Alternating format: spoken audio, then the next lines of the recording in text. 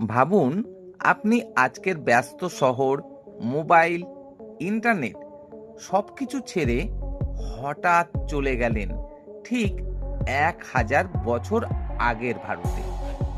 না, এখানে নেই কোনো পাকা রাস্তা, না আছে কোনো বিদ্যুৎ, না আছে গাড়ির শব্দ, বরং চারিদিকে প্রকৃতির নীরবতা, পাখির ডাক আর মানুষের সরল জীবন। এই ভারত আজকের ভারতের মতো নয়। এখানে সময় যেন একটু ধীরে চলে, কিন্তু জীবন অনেক গভীর। তখন প্রকৃতি ছিল জীবনের কেন্দ্র। 1000 বছর আগের ভারতে প্রকৃতি ছিল মানুষের সবচেয়ে বড় ভরসা। ঘন বন, বিশাল জঙ্গল, খোলা মাঠ, সবকিছুই ছিল অনেক বেশি বিশুদ্ধ ও অপরিবর্তিত। নদীগুলো ছিল স্বচ্ছ, জল ছিল কাচের মতো পরিষ্কার। আজকের মতো দূষণ বা প্লাস্টিক, শিল্প কারখানার কালো ধোঁয়া তখন ছিল না। বর্ষা এলে নদী ফুলে উঠত, মাঠ সবুজে ভরে যেত। কিন্তু আজকের মতো ড্যাম বা আধুনিক নিয়ন্ত্রণ ব্যবস্থা না থাকায় বন্যাও হতো ভয়ঙ্কর। আজ আমরা আবহাওয়ার খবর মোবাইলে পেয়ে যাই, কিন্তু তখন মানুষের আকাশের রং, বাতাসের গন্ধ, পাখির আচরণ দেখে আবহাওয়া বুঝতে হতো। সরলতা ও ঐতিহ্যের মিশ্রণ। তখনকার মানুষের পোশাক ছিল অনেক সহজ এবং প্রাকৃতিক উপাদানে তৈরি। পুরুষরা পরতেন ধুতি, কখনো উপরে একটি চাদর বা আংরাখা। মহিলারা পরতেন শাড়ির মতো পোশাক, তবে আজকের ডিজাইনের মতো এত জটিলতা ছিল না। গয়না ছিল খুবই গুরুত্বপূর্ণ। সোনা, রূপা, পিতল যা পাওয়া যেত তাই দিয়ে অলংকার তৈরি হতো। আজকের মতো ব্র্যান্ডেড কাপড়, ফ্যাশন ট্রেন্ড বা ফাস্ট ফ্যাশন তখন কিন্তু ছিল না। কাপড় তৈরি হতো তাঁতের মাধ্যমে। আজ আমরা কয়েক মিনিটে অনলাইনে পোশাক কিনতে পারি, কিন্তু তখন একটি কাপড় তৈরি করতে কয়েক দিন লেগে যেত। এই সময় পরিশ্রমই ছিল মূল শক্তি। তখনকার ভারতের প্রধান জীবিকা ছিল কৃষি। নাঙল দিয়ে বলদের সাহায্যে জমি চাষ করা হতো। ধান, গম, ডাল, তিল এইসব ফসলই ছিল প্রধান। আজকের মতো ট্রাক্টর, হারভেস্টার বা আধুনিক যন্ত্র তখন ছিল না। সব কাজই হতো হাতে অথবা পশুর সাহায্যে। কৃষকের পাশাপাশি ছিল কুমোর, কামার, তাঁতি, ব্যবসায়ী ইত্যাদি। আজকের মতো চাকরি, অফিস, আইটি সেক্টর তখন কিন্তু ছিল না। কাজ মানেই ছিল বাস্তব শারীরিক পরিশ্রম। সহজ কিন্তু স্বাস্থ্যকর। তখনকার মানুষের খাবার ছিল খুবই সাধারণ। ভাত, ডাল, শাকসবজি, দুধ, দই এই ছিল প্রধান খাদ্য। মশলা ব্যবহার হতো, কিন্তু আজকের মতো এত বৈচিত্র্য বা প্রসেস ফুড ছিল না।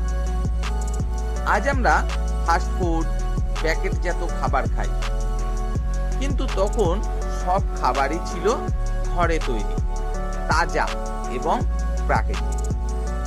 মাংস খাওয়া হতো কিছু অঞ্চলে, কিন্তু তা নিয়মিত ছিল না।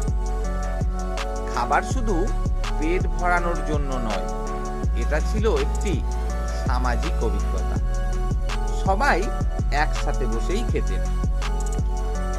প্রকৃতির সঙ্গে মিল।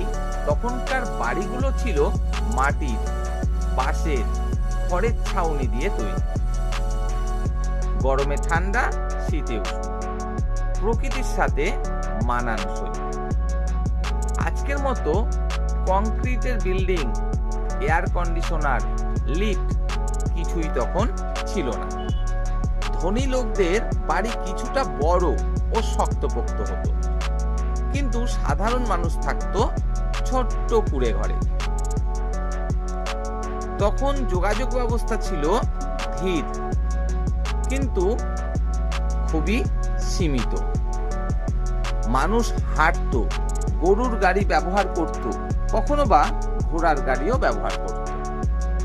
আজকের মতো বাস, ট্রেন, বিমান তো দূরের কথা, পাকা রাস্তা পর্যন্ত ছিল না।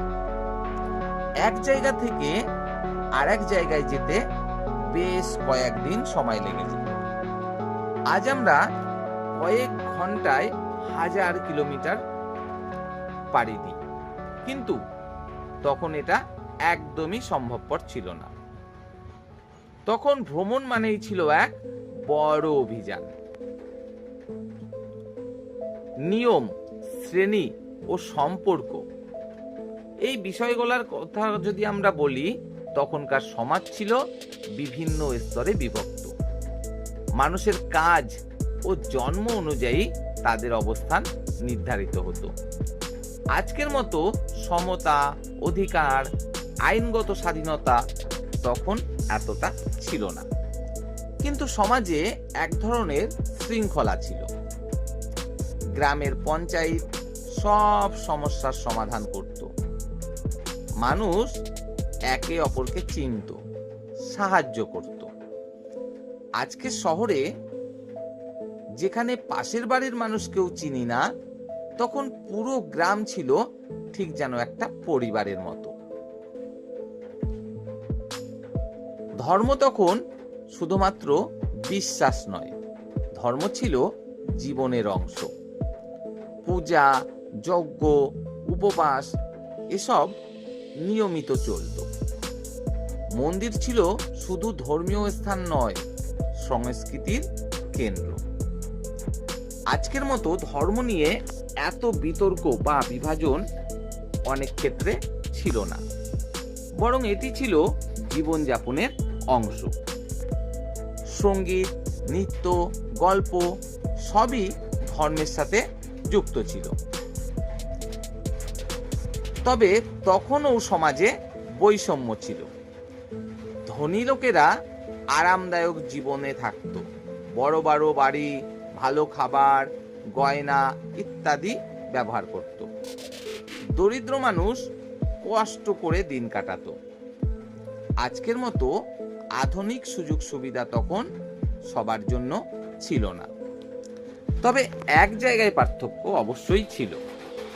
দুর্দিনে মানুষ একে অপরকে সাহায্য করত। খরা, বন্যা এগুলো ছিল জীবনের অংশ। আজ আমরা সরকার, প্রযুক্তি সাহায্য পাই, কিন্তু তখন মানুষকে নিজেরাই লড়তে হতো। ফসল নষ্ট হলে পুরো গ্রামের উপর প্রভাব পড়ত, তবুও মানুষ হাল ছাড়ত না, আবার নতুন করে শুরু করত।